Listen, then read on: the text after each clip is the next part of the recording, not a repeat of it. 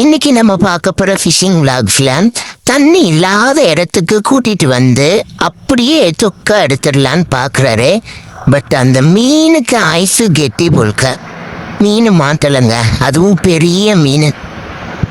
S, இவர் எவ்வளோ பல்லு வச்சு இருக்க அந்த மீனை எடுத்துட்டு போகணும்னு நினைக்கலாம். அவர் அந்த தூண்டில எடுத்து விட்டு திருப்பியுமே எவ்வளோ கஷ்டப்பட்டு கடலுக்குள்ள செலுத்துறாருன்னு பாருங்க.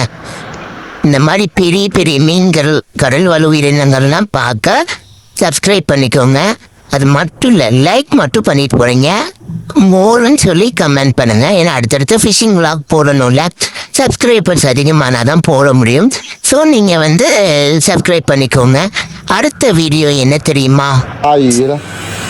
இந்த மீனோட பேர் என்னன்னே தெரில, பட் பார்க்க க்யூட்டாக இருக்குது. இந்த வால் முன்னாடியும் வால் இருக்குது, பின்னாடியும் வால் இருக்குது.